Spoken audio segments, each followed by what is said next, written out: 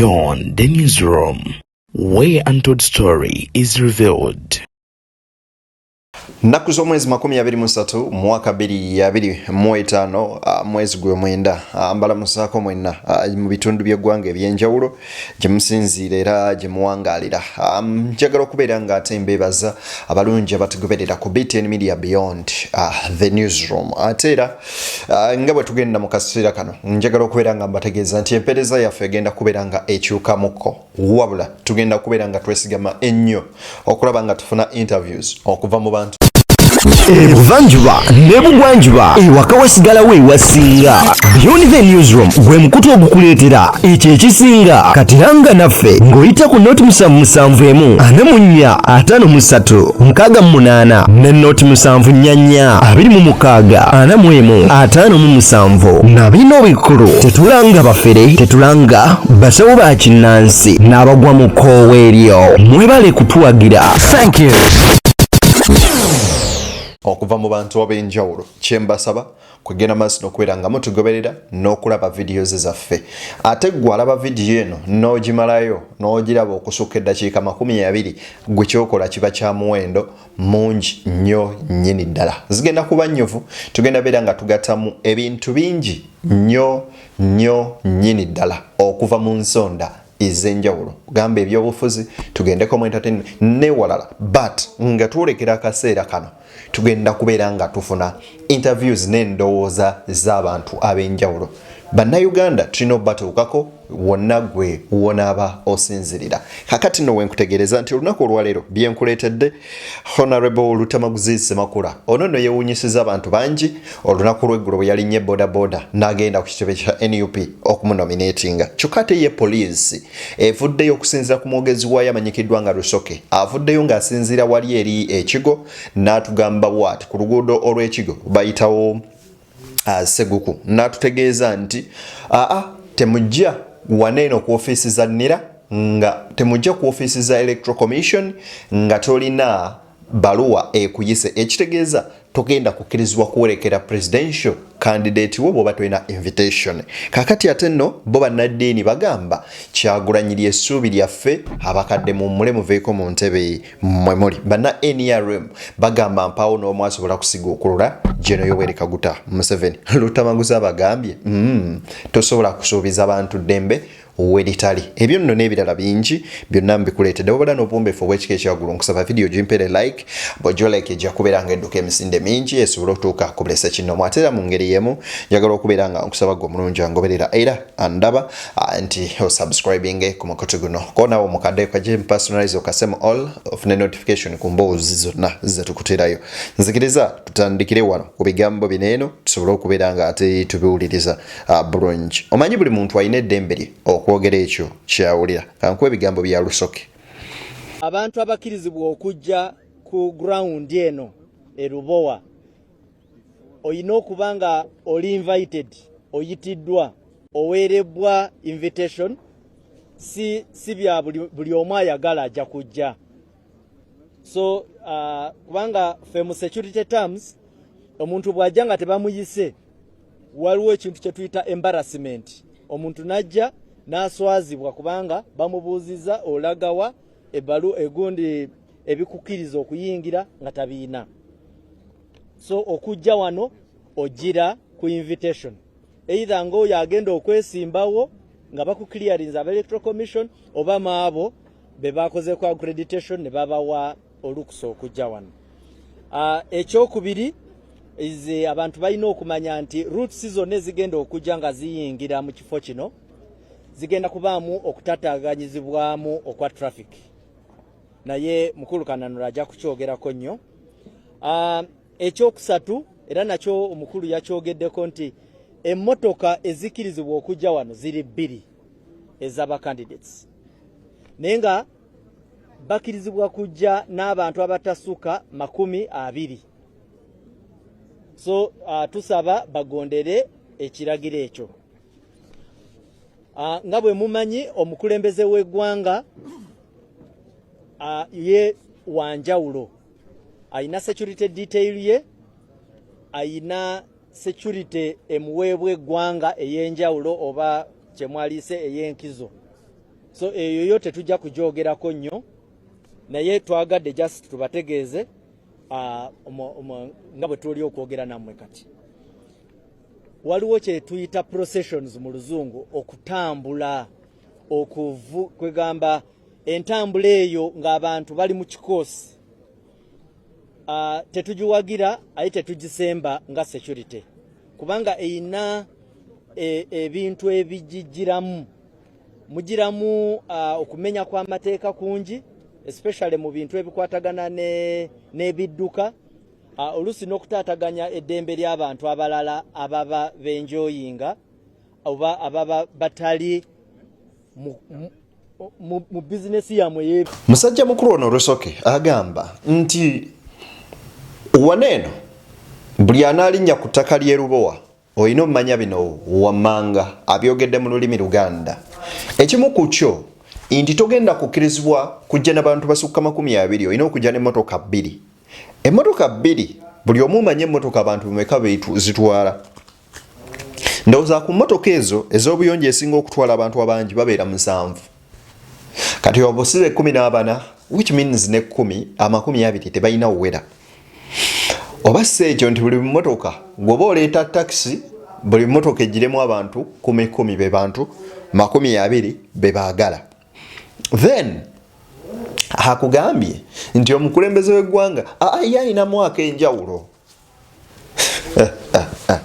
era ye alina security eri detailed okubeera nga emukuuma n'ebirala ebiringa ebyo wabula ate n'okulabula nti enguudo zonna ezidda sayidi zeeyo mwe bano baŋŋenda eri simanyanga Lubowa Gardens simanya ŋŋenda ku quality Lubowa bano baŋŋenda eri Kigo nga okwata kw'eryo ekkubo banzira Ntebe Kajjansi mubenga muli beetegefu era nga mumanyi bulungi nti banywanyi gye mulaga ate embeera bwetyo bweri kakati nno ebyodde ebyoyo nga mbitadde ku mabbali just njagadde mpitirewo obuyitizi osobole obanga okafuna kati njagala nkuwe ku bigambo bya musajja mukulu ono Majambere wuliriza njagala kukubuulya bw'oba musajja nga wamera ejjindu situka enkya kulabeko e Lubaga Kyagulanyi okumulaba e Lubaga enkya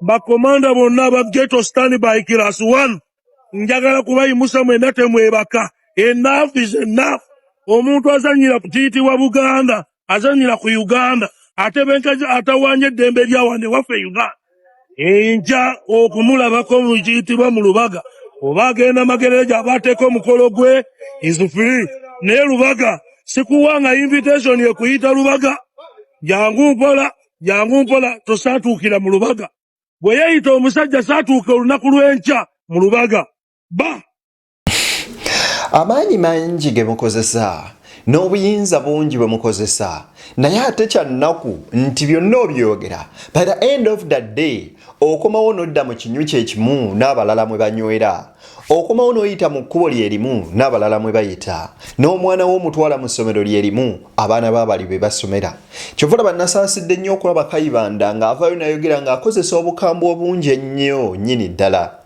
we waleetedde abaana abamu abanoopu nga bayitongwa babugamba nti Kyagulanyi osusse ekisa naye naffe batukwaseemu abasajja bano tubakoleko n'owuliriza ebigambo ng'ebyo bana njagala okubajjukiza nti we twogera ku Rwanda genocide ebyagiviiramu tebyali binene bwali just busosoze nti gwe omuhutu gwe mutuusi tolina kyo nga tolina bonna nga balwanirira obukulembeze balwanira superiority ne bamaliriza nga besse okutuuka okwemalawo era juzi nali ngamba wano omwana ngambuusa naye lwaki Abanyarwanda tebalya byennyanja nga jjukira nti Abanyarwanda bano teri kintu kyasinga bakyaya kulya byennyanja nga genocide gye baalina era nga abantu bangi abaasulibwanga mu mazzi ne bwe tujjukira ku mulembe gwano gwa Amin bwe yali agoba abayindi abamu yabasuula mu nnyanja kakati ebyo ebyennyanja ne birya nnyo abantu ne bigejja mu kusalanga ebyennyanja bino ne bijja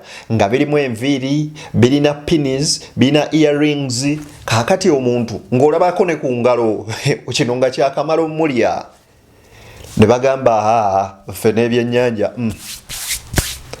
kakati ebyo nno byonna bw'omala obyogera bw'otyo musajja wattu Majambere jjukirayo ko kiri jjukira bwe wagenda oziika omwana wa Jakana Nadduli biki ebyakutuukako so bw'obeera nga mu comfort zone to mocking nga muntu ali mu mbeera ey'okutulugunyizibwa oba obonyaabonyezebwa ng'ate gwe kyowagira oba oliawo oli kyekimukosa because by the end of the day oyinza okumalirizibwa nga naawe olumiziddwa mu nsonga eyo yemu kakati ebyo nno nga mbitadde awo njagala nkuwe ebigambo bino tubiwulirize bya father ono ate ddala guno omulembe gwe tuliko ogw'abavubuka mulemedde mu bifo byaffe oba mweyita ki mulemedde mu bifo byaffe kati nze gwe mpulira njagala kubeera paapa era paapa mumusabire saala yangwe mangu kuba bw'ataagende naye sijja kola ki ngenda gereza eno mu ddiini yaffe naye nga nsabula eri kati gw'otegedde alemeddeyo amazima geego oletayo oleeta obuzibu tuli bangi kati abavubuka tuli baki tulina amaanyi mangi muganya otuwa amasomero muganya otujjanjaba muganya otulaga emirimu nga bagikola kati musuubidde tukoleki alwaki bwe nkusanga wali ewaffe mu Kafunda sikkuba takisiini nga lwaki sikikuba bwe ndikuba tegomala ng'okaaba ona mwana amyodde obulago kubanga oganye okunjigiriza kye nina okolaki okukola mwe bajjajja baabayigiriza kyovola mwe mwali baki bakozi naye ate ffe muganya otuyigiriza yabaffe muyigiriza mutya nga nammwe mba okuyiga temwayiga kubanga omuntu ayize asabira omulala n'akola atya tugamba nti tusomye nnyo naye bajjajjaffe baasoma nze abantu abo nkyabawa ekitiibwa abo tebaagenda ku ssomero simana gye baasomera naye ffe tetukomye okulinnya amadaala mu byenjigiriza tetukomye kusiriwala endaku ekyokulabirako bwe baali bazimba ennyumba nga bazizimba bakolangayo bati batugamba tooyi eba ne mita ndowooza nga 10 okuva ku nnyumba kati gwe wetunuulira eriwa ngulira woteeka omutwe ne tooyi weekoleetya wasoma tewasoma kati okola biki ebyo naawe naye woteeka omutwe n'akagundi okakola nakowe kadi naye balipo bagamba ebeere mitaazi 10 okuva ku nnyumba weekola ki ne bakuuma n'oku naye ffe sigenda kusula mu nnyumba nga teri self contained olwo nno omupangi taleesa olugezigezi nnyo tekamu ekinaabiro ne tooyi olwo nno tusomye ne diguli tuzikola ki tuzirira naye twerabidde oli sayansi owedda father ono akugambye nti nange gwolaba wano ngamba kimu paapa ono agira nveewo mangu nsobola otuulawo naye ku sayidi eri mu bufunze biki byayogera ono nno tadde ku mukolo ogumu ne his excellence Robert Kyagulanyi Bobi Wine era father ono ye yabuulidde n'ayogera bingi n'agamba abakulembeze muveeko mu bifo eby'obukulembeze nga bannansi banene bwe babeesigisa obuvunaanyizibwa mu bubaddize n'abaana abato kubanga kino eno ffenna tukuze batugamba nti emiti emito gye gigumiza ekibira ate era mmwe bakulembeze ab'enkya enkya ye leero future oba obulamu obw'emaaso ye kati mutuleke naffe tutegekere abaana abajja nga mmwe bwe mwategekera ffe naye kiruma okulaba nga abakadde mulemedde mu positions z'abaana ekyamazima amatuufu osanga ng'omusajja ffe gwe twazaalibwa tuwulira ku leediyo nga ne kati yakyaliko osomye amawulire ogenda kukolawa n'osanga nga mu ofiisi jjajjaawo yakyakolamu jjajjaawo nga yakyali mu position yemu kyokka ate ekyennaku nti balemereddwa nonnakyalinga abaana okusobola okuba nga badda mu bifo byabwe kyannaku nti ne mbomu ku bakulembeze ne bw'omulaba n'omugamba Mr. Gundi ani ayinza okudda mu kifo kyo ku baana ayinza oga wabula abaana balina effujjo abaana b'ennaku zino tebasoboka n'ebirala ebiringa ebyo byonna tugenda beera nga tubiyitamu tutya era nga tubisomoka tutya. Ekyo ekibuuzo oli bw'akikubuuza ogamba bugambi nze naawe. Bannayuganda bwe batuuka at a moment nga Bana Ddiini nga balwizinga amaloboozi gaabwe nga bagamba ekimala enough is enough. Mr. President, step down, let us have another president. Mr. CEO, director, something and so on, step aside and we have another one. Tufuneyo ko omulala taking on. Naye kiba kya buswavu era kiba kya nnaku nti tewaliwo ali nurtured mu mbeera yonna okusobola okubeera nga atakinga role eyo.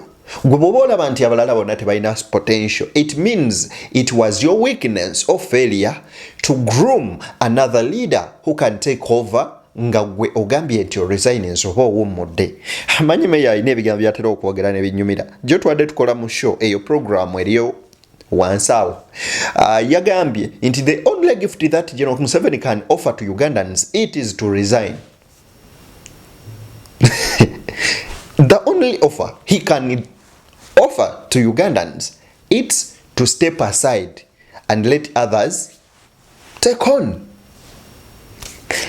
Kankwe Joe Tamaguzi yasanyudde abantu kanti yagendedde ku border ku kitebe labayo.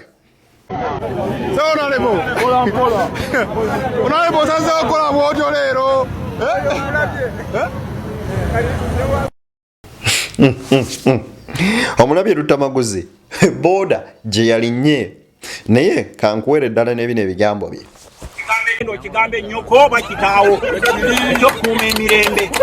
Emirembe gikuumibwa nga weegiri tosobola kuuma kitaliiwo. Mbuba wambye kidroni kize wakati wambye omuntu wo eyalidde nakuta kuuma emirembe kuba ebyo ebibozibozi tutera okubiwulira naddala bwe bamaze okusponsalinga obumotoka obusente n'abalalala mu ngeri yaabwe. Oli bwakugamba nti kuuma emirembe nkwegayiridde nnyo gwali wano ng'oli memba wa NUP mugambe tukwegayiridde ebyokukuuma emirembe nga tegiriiwo genda obigambe nnyoko oba kitaawo oba abaana be abali ewaka sigo watutadde mu byobufuzi. Ebyo byonna temugenda kubisangola kubanga kati regimu weeri epanikinga. Mujja genda okulaba nga n'emmotoka ya pulezidenti nga fuutu soja agiyingiddemu munda ng'amwekanze muli kubanga panika ebeerawo mu budde buno teri muntu asobola kugimanejinga. Era ensonga lwaki olaba owakakiiko k'okulonda tamanyi kiddako. Beyasindika eno wansi tebamanyi kikiddako. Nti buli omu mpaawo n'omu amanyi kiki ekiddako bigambo bya Lutamaguzi Semakula. Anyway, ayinza okuba omutuufu in one way or the other. If you reach at a certain point when you are feeling tired, you know, you're pissed off. By the way, it's constitutional to show your hunger. Kiri mateeka gw'okulaga obukyawo bwo n'obukoowu bwo. Singa oba oliawo nga tolina ddembe lya mulala lyolinyiridde naye ekibuuzo kiri nti lyeri eddembe lyogerwako weeriri. Omwana omu yaŋŋambye statement lwali lwa Sunday n'aŋŋamba we have freedom of speech but we don't have freedom after speech. You have a freedom to speak but are you sure you will have freedom after speaking? Oli mumativu nnyo era weekakasa nti kituufu olina eddembe ery'okwogera ery'obwebange naye okakasa nti eddembe eryo weeriri ng'omaze okwogera. Ekyo naawe ekirowoozeeko. Yenzedde ne BTN Media Beyond the Newsroom gwe mukoto kwoli ate tusinkane nga Gluden akkiriza.